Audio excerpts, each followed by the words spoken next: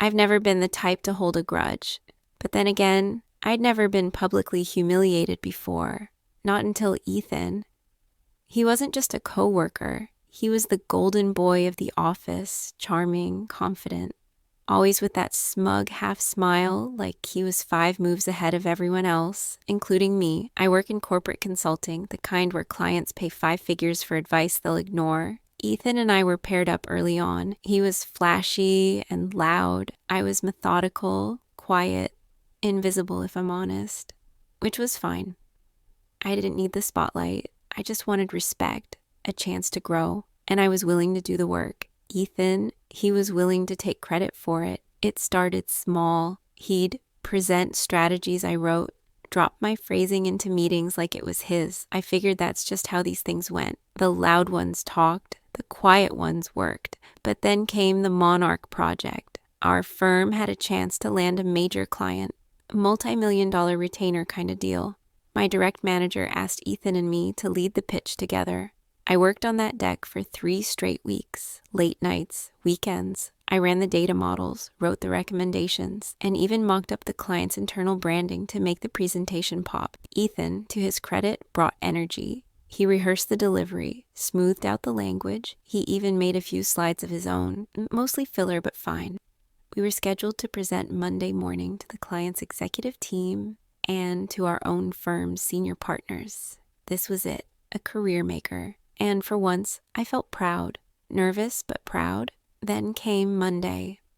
I should have known something was off when Ethan insisted he'd take the lead during the pitch. "It's just better if one voice drives the room," he said. "You can jump in if they ask technical questions." I didn't love it, but fine. He was the showman after all, but the moment we walked into that boardroom, the moment he opened his mouth, I realized something chilling. He hadn't just taken the lead, he'd taken everything. Slide after slide, he presented my work, my research, my recommendations. Word for word, he delivered them like he owned them. He even cracked jokes I'd written in the speaker notes. And the worst part, they loved him for it. The client's CEO was nodding. Our managing partner looked like a proud dad watching his son at a talent show. I sat there, frozen, my face hot, my chest tight. When one of the client execs asked a follow-up about our data projections, Ethan waved at me like I was an intern. Yeah, my colleague here ran the numbers. You can explain the methodology, right?" I did, calmly, professionally. And when I finished, he clapped me on the back. "See, told you she was the brains." They laughed. Afterward, he pulled me aside. "Hey," he said, "that was killer. We're a great team, huh?" I didn't speak. I couldn't. He smiled wider. "Look, I know how it looked, but trust me, this helps both of us. We'll land the client and the partners will remember who was in the room. Everyone wins." Everyone but me. The firm landed the client 2 days later. A congratulatory email went out company-wide. Ethan's name was the only one mentioned. I stared at the email for a full minute before closing it. That night, I sat in my apartment, still in my office clothes, and realized something. I wasn't just angry. I wasn't just humiliated. I was done. Done being the background character. Done letting people like Ethan build their careers on my silence. I didn't want revenge right away, not exactly, but I wanted justice. And slowly, piece by piece, I started to build a plan. One Ethan would never see coming. The thing about being invisible, people talk around you. They assume you're harmless. They don't notice when you're listening. That was Ethan's first mistake. After the Monarch project win, he was flying high. He started showing up to work late, leaving early, and bragging louder than ever in meetings. The partners loved him. HR adored him. Half the office acted like he was a rock star. But I'd worked too hard and been stepped on one too many times to let it slide. I didn't want to scream or confront him. That would just play into his narrative. Emotional, difficult, unstable. I wanted receipts. So I started documenting everything. Emails, Slack messages, version history in Google Slides. Anything that showed who had really done the work. At first, I was subtle, forwarding key emails to my personal account, taking screenshots, naming files with dates and context. I even downloaded backups of the original pitch decks with my metadata intact. Ethan had assumed that by taking the spotlight, the truth would get buried. But I was quietly digging it back up. I also started watching him more closely, and I noticed patterns. He reused old slides and new client decks, slides I had built. He made big claims about custom strategies that were literally copied from prior projects. And then there was the whisper I caught in the break room. Didn't he pitch that exact same deck to Westcott last quarter? That's when it hit me. Ethan wasn't just a glory thief. He was recycling work, sometimes without changing a thing. Dangerous in our world. If a client ever found out, it would be a breach of contract. A serious one, so I leaned in harder. I made a spreadsheet, one column, client names, next column, presentation decks, final column, originality score. I used simple AI tools to compare slides and text. More than half his client work, repurposed, and not just inspired by exact duplicates. I knew I couldn't go public with this yet, not without a trigger, something that would expose him without it coming from me. And that's when the opportunity fell in my lap. Ethan got promoted. Not to partner, but close, senior consultant, title bump, pay raise, a shiny new office.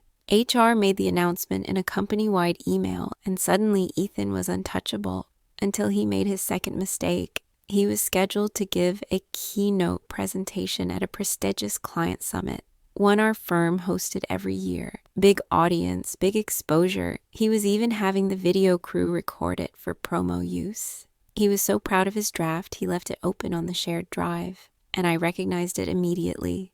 It was my deck, a repurposed version of an old client pitch I'd created solo 6 months earlier, one that was supposed to be confidential and protected under NDA. I felt something click in my chest. This wasn't just plagiarism. This was a career-ending risk. I waited, watched, listened. The night before his big presentation, I uploaded a time-stamped screenshot of the original slide deck with author data showing my name, my creation date, to a personal Google Drive. Then I went home and wrote an anonymous email. Subject, potential IP breach, internal. Attached, a comparison of the slides. Sender, a burner Gmail account. Recipient, our firm's legal and compliance inbox. No emotion, no drama, just facts. The next morning, Ethan's name was quietly removed from the keynote agenda. No explanation. I saw him pacing outside the office, jaw tight, voice raised. He didn't even notice me walking by. Later that day, an HR manager pulled him into a closed-door meeting. Another followed, then legal. By the time the summit kicked off, Ethan was nowhere to be seen. He wasn't fired, not yet, but the investigation had begun. And I was just getting started. The first real sign that Ethan was slipping came 2 days after the summit. He didn't show up for work, no call, no email, just silence. It wasn't like him. Ethan was many things. Arrogant, manipulative, a credit-stealing fraud, but absent? Never. He thrived on being seen, being praised. So when his desk sat empty that morning, people noticed. Whispers started.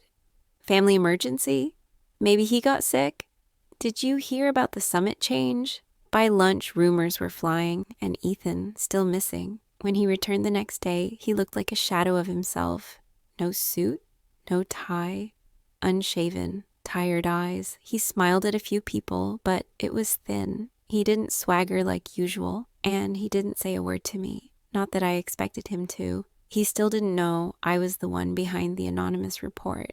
But I could tell he was starting to suspect something. The way his eyes lingered a bit too long when I walked by. The way his conversations with others were quieter now, more clipped. He was rattled. Good. HR called a mandatory department meeting the following week. It wasn't about Ethan, at least not officially. The title was Client Confidentiality and Internal Ethics Refresher. But everyone knew. You could feel it in the air. The HR rep, a soft-spoken guy named David, clicked through a PowerPoint filled with boilerplate policy slides. Then he dropped the real reason we were all there. There's been a recent incident, he said. A case where confidential client materials were reused without proper authorization. This is a serious breach of contract, and it's currently under internal review. He never said Ethan's name. He didn't have to. After the meeting, Ethan walked into the break room and stood by the coffee machine for a full 5 minutes, staring into his cup like it held the answers. I didn't say a word, but others did. He's sweating. Think he's getting fired? Serves him right. Ethan heard every word. His jaw was tight, his hands shaking just slightly as he stirred his coffee. I could tell he knew the walls were closing in. He just didn't know how fast. Later that day, I found an envelope in my internal mailbox. No return name, just one word, handwritten across the front. Careful. Inside was a printed copy of one of my old Slack conversations, one that mentioned frustration over Ethan taking credit for my work.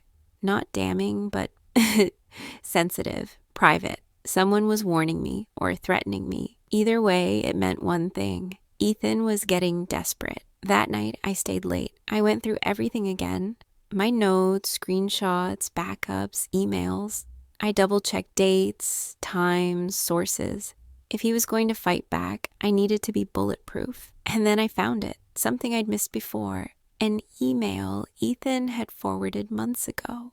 A proposal draft I'd written, sent from my personal account to my work email. He'd removed my name and presented it as his. But here's the kicker. He'd accidentally left the email header intact in the document metadata. My name, my email, my timestamp. Proof.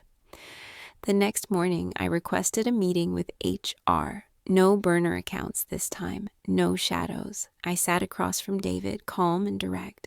I didn't come here to make trouble, I said, but I found something you should see. I slid the printouts across the table. Email chains, slides, metadata screenshots, a timeline. David read in silence, page after page. When he looked up, his expression had changed. "We'll escalate this," he said. "Thank you." I stood to leave, and just before I reached the door, I turned. "One more thing," I said. "I've stayed quiet long enough." By the end of that week, Ethan's name was removed from 2 upcoming projects. His access to client folders was restricted, and the internal investigation was no longer quiet. People were openly talking now. He tried to spin it, said he was being targeted, that someone was jealous, that this was all a misunderstanding. But it was too late. The cracks were spreading, and I wasn't done yet. If you've ever watched someone desperately cling to power they're about to lose, you'll understand exactly what Ethan did next. He didn't go quietly. He went on the offensive. It started with whispers, the kind he was a master at planting, that I was bitter, that I'd been reprimanded before for underperformance, that I was trying to cover up my own mistakes by blaming him. None of it was true, but truth was never Ethan's weapon of choice. Plausibility was. A few people gave me strange looks that week. One colleague actually asked, "Are you okay?" Ethan said, "You've been struggling lately." That was when I knew. He was trying to flip the narrative. Then came the meeting ambush. I was presenting updates on a client project, one of the last he hadn't yet been pulled from, when Ethan suddenly spoke up. "In the interest of transparency," he said, voice syrupy smooth, "I just want to clarify a few details. There have been some discrepancies in the work stream that need attention." He said it like a helpful mentor, like someone concerned, but his eyes, cold, calculating. He tried to paint my project plan as confused, disorganized, even though he was the one who'd delayed half the deliverables. I pushed back, calmly, factually. Slide by slide, I walked the room through the real story. The silence that followed was loud. After the meeting, I found a note on my desk, typed, anonymous. "He's not just scared, he's cornered. Watch your back." I didn't recognize the handwriting, but the tone, that was someone on the inside, someone who knew what was really going on and wanted me to keep going. So I did. That night, I called in a favor. Marcus, an ex-coworker of mine who now worked at our main client's office, had always liked me. We weren't close, but I trusted him enough to ask, "Has anything strange come up about our last campaign?" He hesitated, then said, "Actually, yeah. There was talk that someone repurposed confidential elements from another client pitch. Legal didn't like it. Word is, they're furious. My stomach flipped. Like that was Ethan's project. The same one I flagged to HR, and now the client knew too.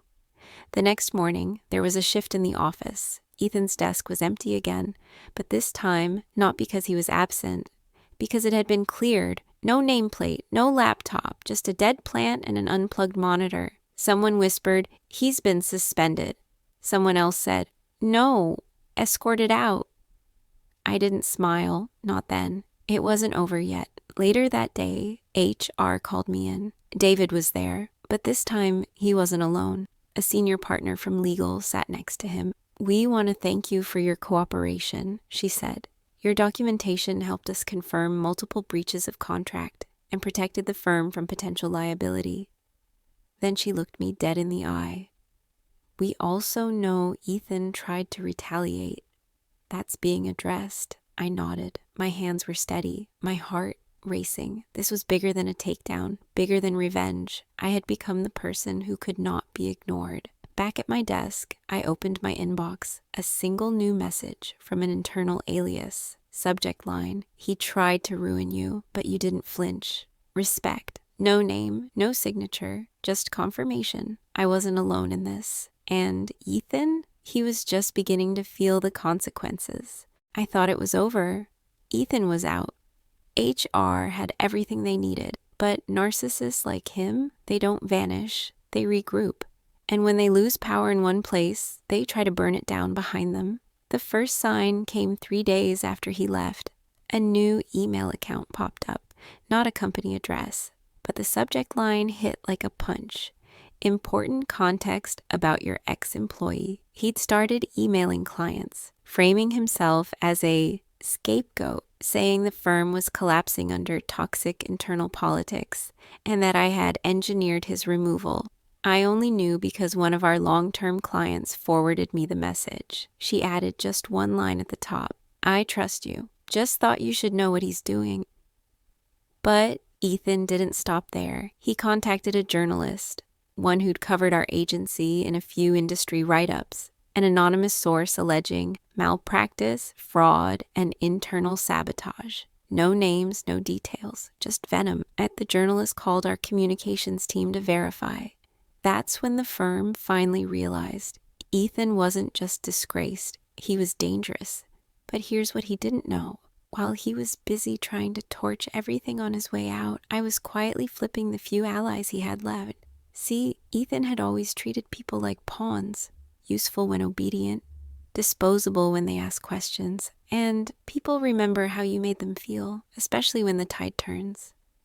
I reached out to 3 of his former inner circle. No threats, no pressure, just simple truth. You saw what he did. You know how he operated. You don't have to defend that anymore. And slowly, they responded. One sent me a file Ethan made them delete, a budget spreadsheet showing he siphoned ad spend to cover errors. Another offered a statement to HR about being coerced into lying to a client.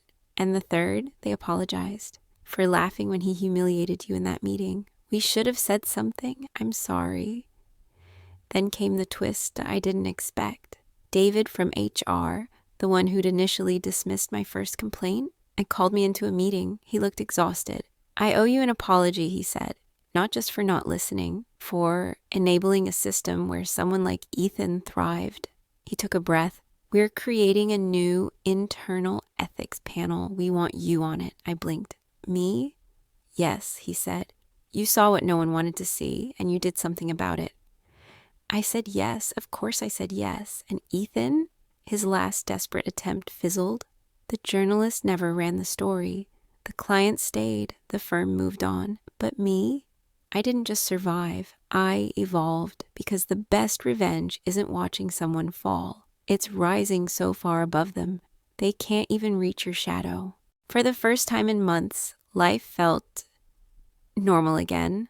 My name was cleared. Ethan was gone. And my work, real work, finally spoke louder than office politics. I even started smiling again in meetings. But peace is a tricky thing, because just when you think you've outrun the storm, you realize it was circling behind you all along. It started with a file, a harmless-looking routine client report, or so I thought. I'd prepared the presentation late Friday, saved it on our shared drive, and didn't think about it again until Monday morning. But when I opened it, half the slides were gone.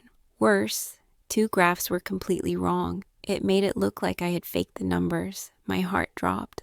Not because I had made a mistake, but because I hadn't. Someone had edited my work, deliberately. My first instinct was denial. Maybe I'd saved the wrong version, but the edit timestamp told a different story. Sunday, 3:42 a.m. by someone using login credentials that belonged to Sam. Sam, the one person I thought I could trust through all of this. We'd joined the company just months apart. He was the first to message me after the Ethan incident. The one who checked in. The one who seemed safe. And yet, there it was. Digital proof. He had accessed my file in the middle of the night and sabotaged it. I confronted him calmly. Why? I asked. He didn't deny it, didn't stutter, didn't even look ashamed. He just said, Ethan deserved better than what you did to him. That's when it hit me. Ethan was still fighting, just not from the inside anymore. He was pulling strings, whispering to loyalists, trying to claw back his version of the truth. And Sam, he was his pawn. HR got involved again. This time, they moved quickly. Sam was suspended within 24 hours. The report was traced, the original restored. But the damage, it lingered. Not professionally. My credibility held firm, but emotionally, that was different. I thought I'd closed the chapter. I thought I was safe. But Ethan wasn't just a bad manager. He was a virus, infecting others, long after he was gone. That night, I sat at home, staring at my laptop. Every part of me wanted to be done, to stop, to forget, to move on. But then, I remembered the meeting room, the way Ethan had smirked when he embarrassed me in front of everyone, the silence, the shame, and I knew one thing for sure. I wasn't finished. Not yet. The betrayal had cracked something in me. I'd been reactive for too long, cleaning up the messes he left behind, fending off attacks, patching up my reputation. But this time, I wasn't waiting. I was going on offense. It started with LinkedIn. Ethan had gone dark after his exit, no updates, no posts, until suddenly a new page appeared. A boutique consultancy, launched just 2 weeks after his termination. The name was vague, the branding slick. But one look at the team, and I knew exactly what I was staring at. 3 former clients of our firm, all of them companies I'd personally worked with, were now listed as partners. And Ethan, he had repackaged our past work, word for word, as case studies on his shiny new site. He was stealing our IP. He was stealing my work. Now I had a decision to make. Do I report him to legal and let them deal with it? Or do I handle it my way? I chose both. I started collecting everything. Screenshots, download logs, archived versions of proposals we'd sent out. Then I reached out to each of the 3 partners listed on Ethan's site. Not as myself, but through a burner Gmail account with a fabricated identity and a simple message. Are you aware this company is using your logo and name in their marketing materials without legal permission? One replied within hours, another by the next morning. The third, they didn't even know who Ethan was. Within 72 hours, all 3 companies had demanded to be removed from his site. But I wasn't done. Next, I planted bait. I created a fake landing page, something that looked like an early-stage SaaS product, full of buzzwords Ethan wouldn't be able to resist. I posted it anonymously in a founders group where I knew he still lurked. Sure enough, 2 days later, he bit.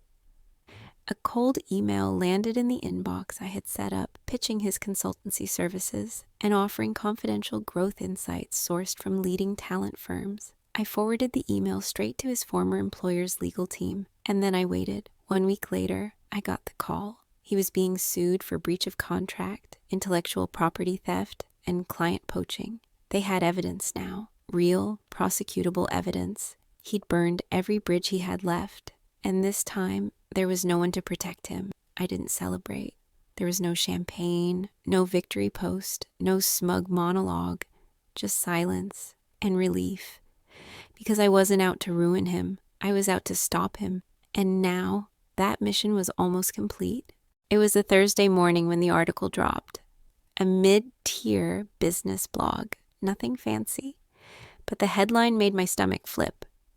Rising consultancy faces lawsuit over IP theft and client misrepresentation.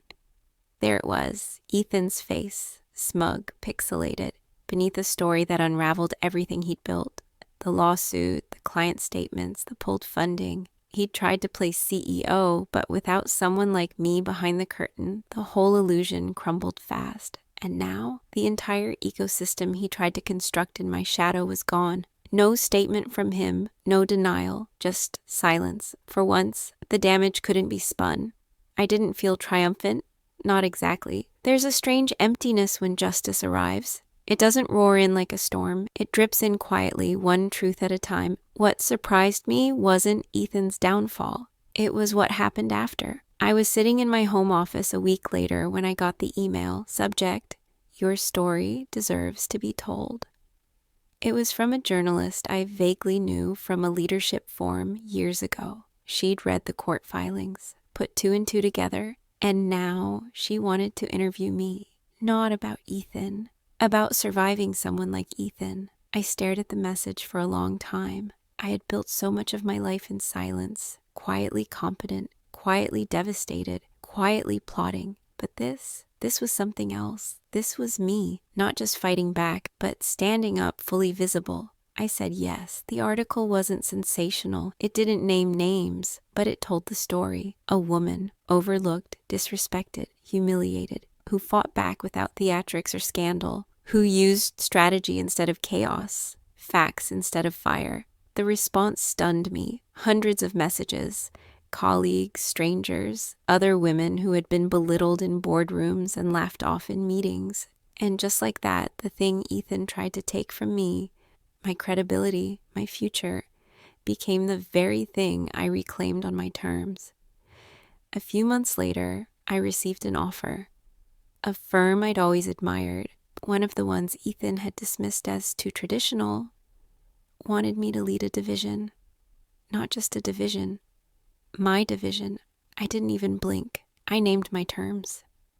They agreed to all of them, because when your reputation is built on the ruins of someone else's lies and you survive, there's a strength no one can fake. So here I am now. No revenge left to serve, no point to prove, just a story that once burned like gasoline in my chest, now reduced to ashes. And somewhere, I imagine Ethan still scrambling, blaming, spinning, but I don't think about him much anymore, because in the end, he built his career on the backs of people like me, and I built mine on the moment I walked away and never looked back.